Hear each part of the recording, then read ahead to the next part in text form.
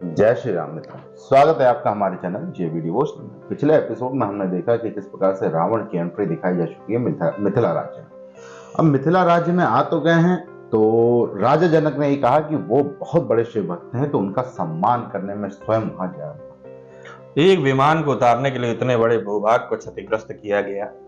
उस क्षति को देख करके यह आकलन लगा लिया गया है कि ये व्यक्ति कभी मिथिला की भूमि का सम्मान नहीं कर सकता, क्योंकि ज्ञान की अधिकता होने के कारण ज्ञान की नगरी की जो सम्मान है उसको बिल्कुल भी दरकिनार कर दिया। एक तरह से दिखाया गया कि उनकी सोच केवल ये है कि मैं जहां जाऊंगा मैं बड़ा दिखना चाहिए, और मेरे हिसाब से ये राज्य होना चाहिए कि हाँ मैं जा रहा हूं तो वहां की मिट्टी धसी है ये नहीं, पहले वहां तैयारी कर दें। तो मेरा विमान उतरने के लिए वहां पे रनवे होना चाहिए, तो रनवे के साथ साथ वहां पे 6 लेन हाईवे होनी चाहिए जिसपे मेरी कार जा सके। वहां पे कोई भी असुविधा ना मिले। वहां पे एक 5 स्टार होटल जूस वगैरह अगर चाहिए रास्ते में तो उसकी व्यवस्था पहले से कर दी जाए। वहां पे एक मूवी आई थी ना, वो साउथ की कोई मूवी, साउथ की मूवी थी, जिगर वाला नंबर 1 उसमें गांव में KFC वगैरह सब ले आते हैं बेचारे। खैर देखते हैं रावण का आगे क्या होता है। जिस प्रकार से परिवार देख रहे हैं उनको, रावण की एंट्री को, तो सन ऑफ सरदार मूवी आई थी कि अतिथि देवो भव, लेकिन जब तक घर में है तब तक बाहर निकलते काट नहीं कर सकते। यार आई मूवी दिखाई थी यार। रावण के मन की जो व्यथा थी ना, कहीं ना कहीं अब इसकी चर्चा हम आखिर में करते हैं। चलिए फिलहाल स्वयंवर पे ध्यान देते हैं। शुरू करते हैं एपिसोड 53 पार्ट 1।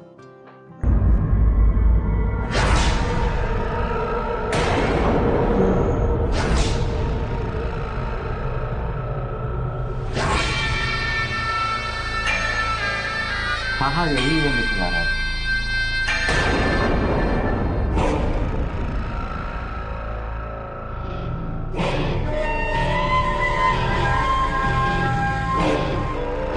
वाह, जोमो को दिखाया भाई।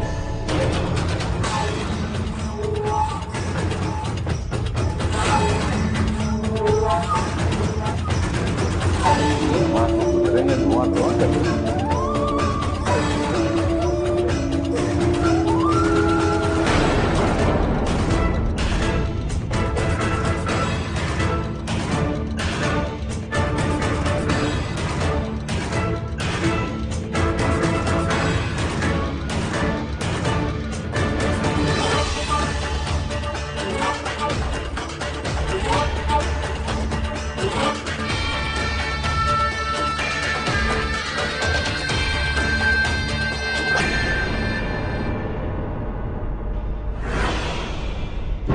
मैं मिथिला नरेश, सीरध्वज जनक, लंकापति रावण का मिथिला में स्वागत करता हूं।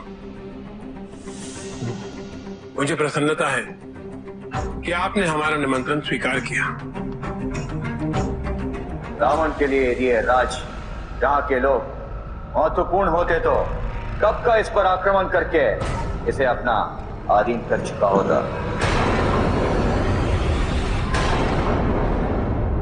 कंट्रोल।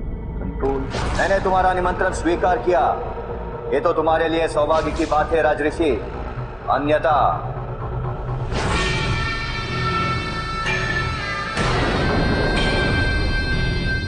और तुमने स्वयंवर क्यों आयोजित किया?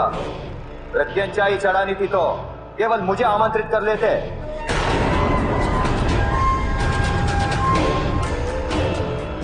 इतने बड़े विद्वान हो और तुम्हें यह भी ज्ञात नहीं कि मैं महादेव का सबसे महान भक्त हूं, और मेरे अतिरिक्त ये किसी के लिए संभव नहीं कि उस धनुष को उठा भी सके। एक्टिंग दिखाई भाई। प्रत्यंचा क्या चढ़ाएगा?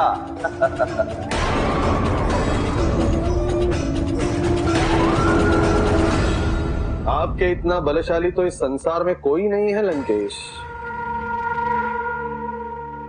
सभी राजवंशियों से कहो ये समय व्यर्थ ना करे और अपने अपने राज लौट जाए, वॉकआउट कर जाए। परम शक्तिशाली लंकाधिपति का आगमन हो चुका है।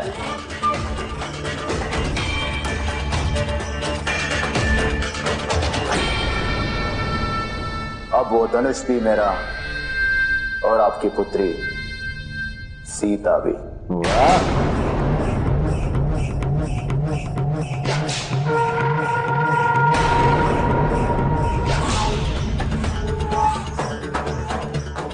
तो उससे पहले मुझे महादेव के उस दिव्य धनुष के दर्शन करने हैं एकांत में।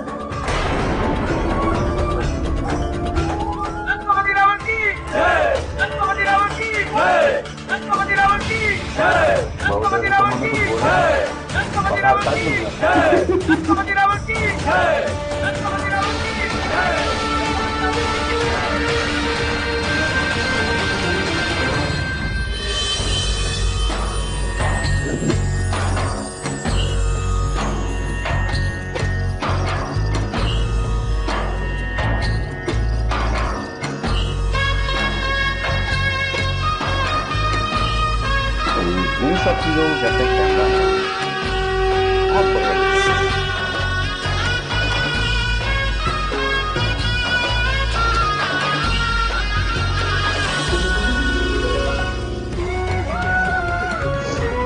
अच्छा, अपने अपने राज्य का झंडा और स्वयंवर के लिए राजकुमार का आगमन प्रारंभ हो गया। शीघ्र चलिए, आर्यवर्त के कई पराक्रमी राजकुमार पधारे हैं। चलो चलो देखते हैं। चलिए।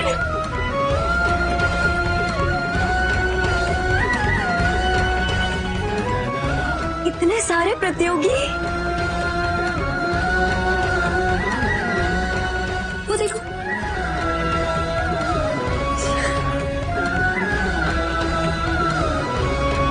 इसमें आश्चर्य कैसा?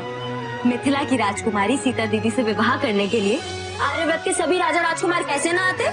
बिल्कुल सत्य कह रही है दीदी आप। उन्हें देखिए। कितने दुर्बल है। ये देख के तो ऐसा लग रहा है कि ये प्रत्यंचा भी नहीं उठा सकेंगे।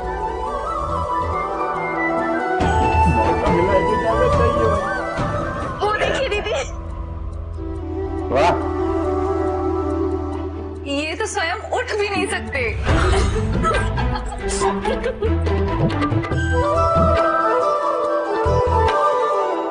दीदी, मुझे वो मगध के राजा प्रतीत होते हैं।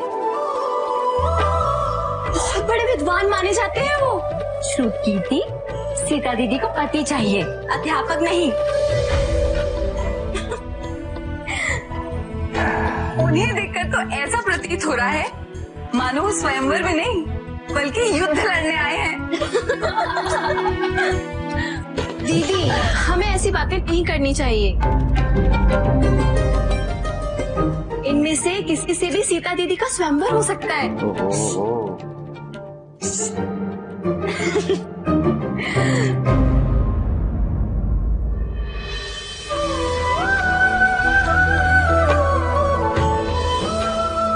स्वयंवर जीतेंगे तो केवल राजकुमार राम। किंतु राजकुमार राम संभवतः स्वयंवर में आए ही ना। ऐसे में तो लंकापति रावण की विजय निश्चित है। तुम देखना मानवी, राजकुमार राम आएंगे भी और विजयी भी होंगे। स्वयंवर तो केवल राजकुमार राम ही जीतेंगे।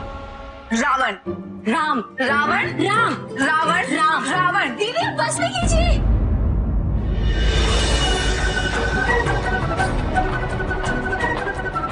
ऐसा प्रतीत होता है आर्यावर्त के सभी राज्यों ने स्वयंवर के निमंत्रण को स्वीकार किया है।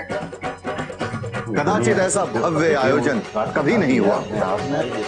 मिथिला में भगवान शिव की असीम अनुकंपा है। उतने राजकुमारों को स्वयंवर की घोषणा के साथ ही सभी प्रकार के शुभ संकेत प्रत्यक्ष होने लगे।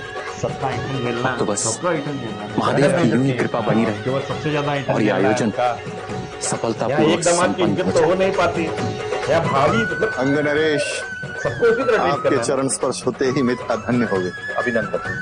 आइए कलिंग नरेश, आपका स्वागत है मिथिला। आइए। कलिंग नरेश आर्यावर्त के महानतम शूरवीरों में से एक। संभवतः इस स्वयंवर में उनके विजय होने की संभावना बहुत प्रबल है। शिव धनुष उठाने के लिए केवल वीरता और शारीरिक क्षमता ही नहीं, अपितु हृदय की कोमलता और पावनता की भी आवश्यकता होती है। सत्य कहा आपने सतानंद जी।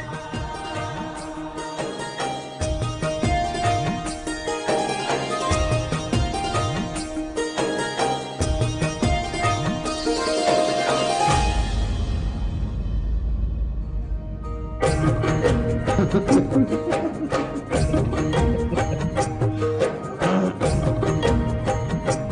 गया आ गया था तो।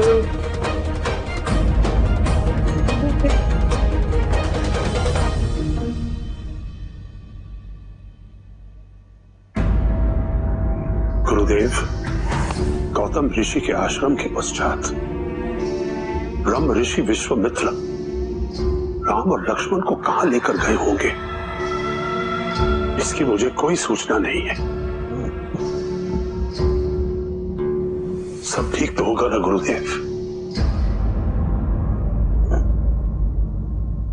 तुम्हारी चिंता का कारण क्या है दशरथ? ब्रह्म ऋषि विश्वामित्र पर विश्वास न होना क्या राम पर? नहीं गुरुदेव, नहीं। ब्रह्म ऋषि पे संदेह करने का पाप मैं नहीं कर सकता हूं। उनके मार्गदर्शन में राम की इस यात्रा ने राम की कीर्ति को स्थापित कर दिया है। राम का सामर्थ्य केवल पृथ्वी लोक में ही नहीं, देवलोक में भी विदित हो गया है।